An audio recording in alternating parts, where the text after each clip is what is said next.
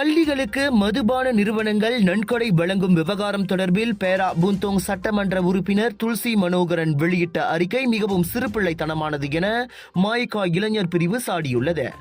அடிப்படை விஷயமே புரியாமல் தான் தோன்றித்தனமாகவும் அறிவுக்கு எட்டாத வகையிலும் துல்சி அறிக்கை வெளியிட்டுள்ளது பரிதாபமாக இருப்பதாக மாய்கா இளைஞர் பிரிவு தலைவர் அரவிந்த் கிருஷ்ணன் சொன்னார். பள்ளிகளுக்கு மதுபான நிறுவனங்கள் நன்கொடை வழங்கக்கூடாது என்பது காலங்காலமாக உள்ள விதிமுறை. அதனை கல்வி அமைச்சரும் மறு உறுதிப்படுத்தியிருந்தார். அது நியாயமான ஒன்றே என்ற கருத்தின் அடிப்படையில்தான் நாங்களும் ஆதரித்து அறிக்கை வெளியிட்டிருந்தோம். அது எங்களின் சமூக கடமை. அதனை அரசியல் ஆதாயம் தேடும் நடவடிக்கை என துல்சி எப்படி கொச்சைப்படுத்தலாம் என அரவிந்த் காட்டமாக கேட்டார். மதுபான நிறுவனங்களின் ஆதரவில் பள்ளிகளுக்கு நன்கொடை திரட்டுவது நீங்கள் கூறுவது போல் 30 ஆண்டுகளாக நடைபெற்று வருகிறது என்றால் இதுவரை எத்தனை தமிழ் பள்ளிகளுக்கு நன்கொடை வழங்கப்பட்டுள்ளது?